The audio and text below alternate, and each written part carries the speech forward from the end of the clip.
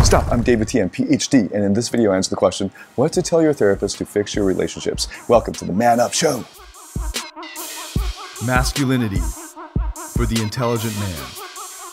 I'm David Tian, Ph.D., and this is Man Up!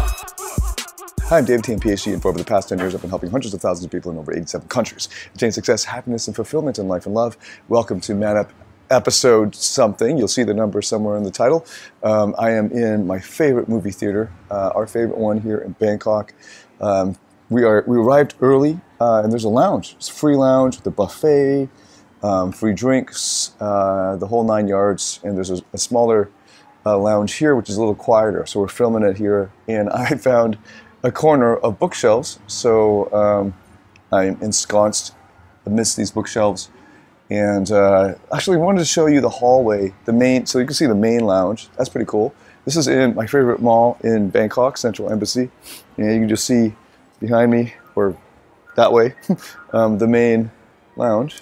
Pretty cool. And all the way down is the bar, which is really fancy. Nice champagne bar. I like it here a lot.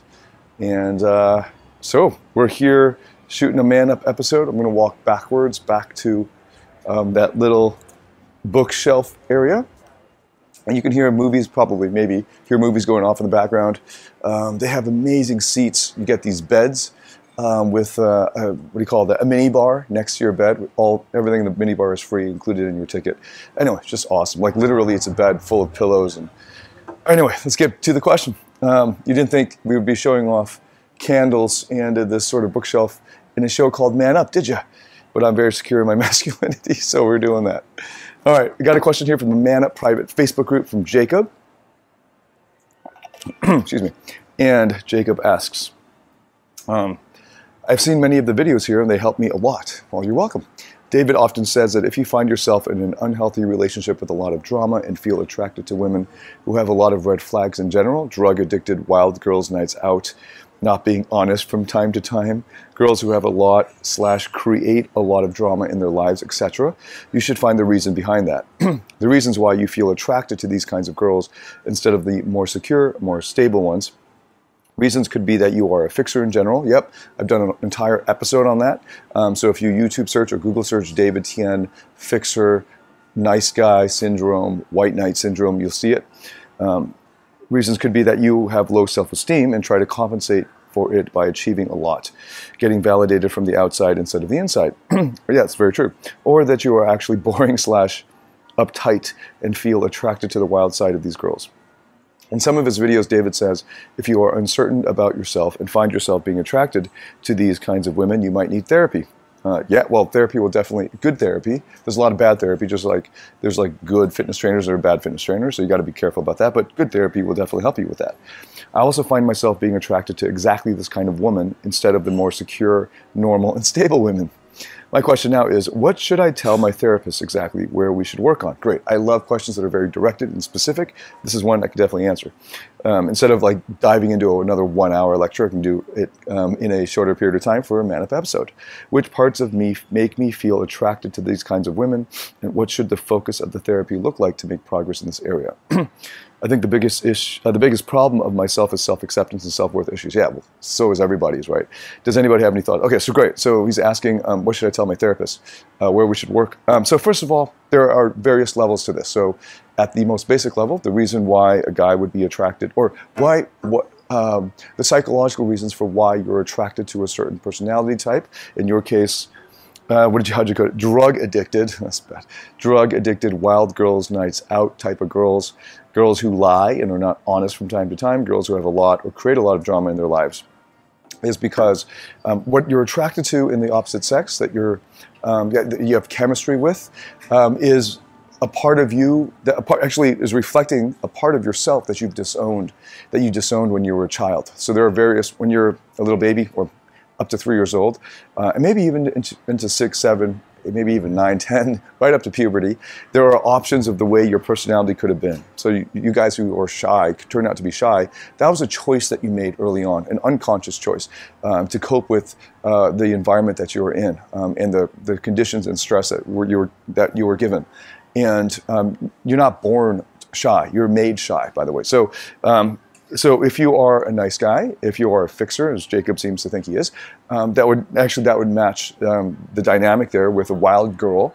If you're, I'll take the exact example, make it easier. I'll give you a specific example. If you're attracted to a wild girl who's like a party girl, who is a risk taker and adventurous and spontaneous, that's because a part of you when you were a child couldn't be that way anymore.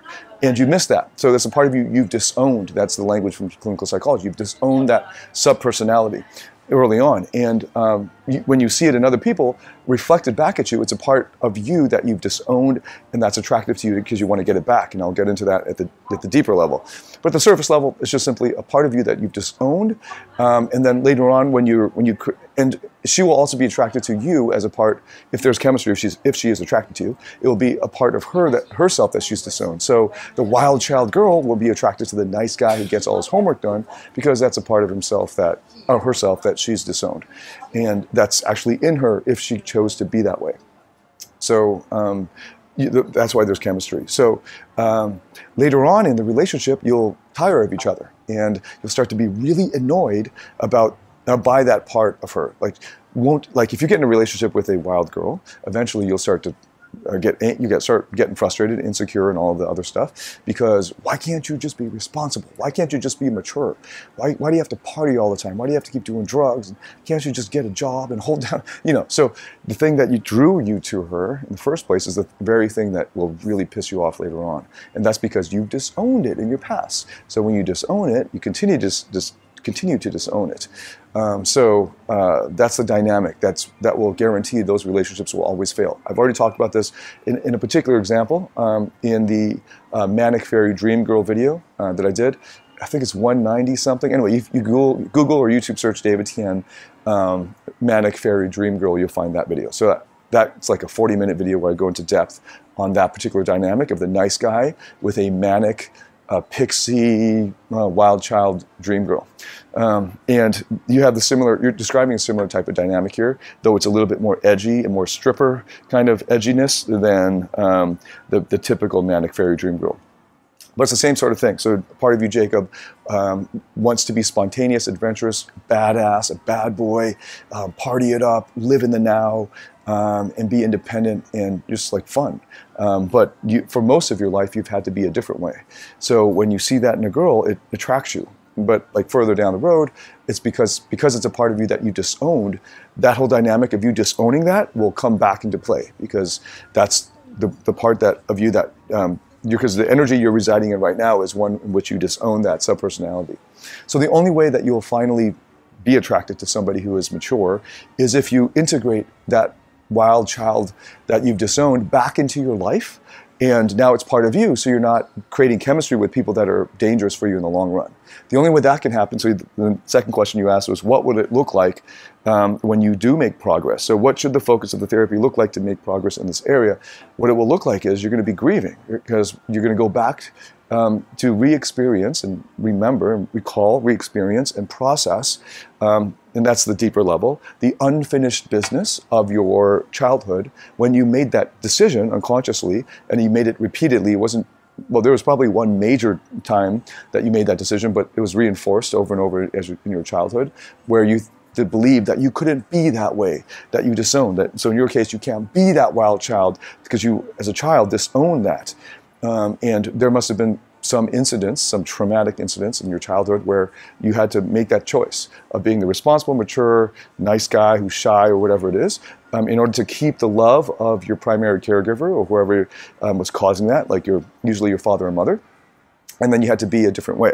So re-experiencing those initial traumatic events, and then feeling them, staying there with those feelings, feeling them, processing them, and solving the problem, because there's a problem there, right? That you can't be a certain way. And as an adult, unconsciously, you still believe that. And that's why you're attracted to people who are bad for you in the long run, because there's a part of you that wants to be that way too, and that is very attractive. So it's unfinished business. This is a term from Gestalt therapy, because that's a part of you in your childhood that you didn't resolve, that you haven't solved yet. So the only way you'll integrate that and grow and then become mature enough to be attracted to people who are actually mature and stable and secure, but who also have integrated their fun and wild side, is if you do that first. You have to be able to do that first. Otherwise, you're always going to be just reacting. And most of the world is reacting because most of the world, most people in the world, almost everybody in the world had to make unconscious decisions based on their conditions as a child to be one way and not another. And then there are various decisions you make that you keep splitting off, and eventually that creates your adult personality. And of course, other traumatic events in your teens, or if you went to war, those traumatic events will also force you to make unconscious decisions about how you need to be. But we've all had traumatic events. That's the thing. Like even in childhood, the very nature of childhood is traumatic. So like where we split off into deciding who we are. And the fact of the matter is, what you're attracted to can teach you a lot about yourself. And then in therapy, that's important data, because that's where you need to go. You need to recall, for Jacob, for instance, in a specific example here, when was it in your childhood when you believed that you couldn't be that way? You couldn't be fun and wild or spontaneous. And a great way of priming this question, starting it off, is whose love did you crave the most when you were a child, as far back as you can remember? And then, who did you have to be for that person? And who could you not be for that person? And why do you think that? Can you think of a specific memory where you had to be a certain way or not a certain way? And that's the road, that's the path that you need to go down to get that healing and that integration. So you can have an integrated self and have an integrated relationship that's actually mature and will have a chance of succeeding in the long run. Most people will not succeed in their relationships because they haven't done this problem solving of their unfinished business in their past. So they're just reacting unconsciously and out of control to these unconscious emotions and drives, and they keep going through these cycles of trauma, basically. And it's also what psychologists call repetition compulsion. You are compelled, almost like an addict, to seek out that part of yourselves that you've disowned, because there's an unconscious part of you wants you to go there, to heal, to integrate, to solve that problem, to finish the business there. And that's repetition compulsion. So that's the process, and that's what's going to happen. Now, you shouldn't need to go to your therapist to tell him, I want to do whatever, like Gestalt therapy or whatever, right? You should find a therapist who has skills and experience in all kinds of therapy, dozens of kinds of therapy, everything, okay? And then you go there and you just talk about yourself. Let him or her lead the questions, and then just answer as truthfully as you can. And then hopefully within the first few sessions, getting into the emotional work, because that's the only work that really counts, where you're processing emotionally the trauma in the past, so you can get back to those the unfinished business and solve those issues. So that's how it works, and that's why you'd be attracted to somebody who's bad for you in the long run, because it's a part of you that you've disowned in your childhood. All right, so answer that one for you. Thank you for the question, Jacob. I'm going to get some food before we go to the lounge. Get some food before we watch the movie. All right, so join the private Facebook group. I'll see you inside the group. Until then, David Tian signing out. Man up.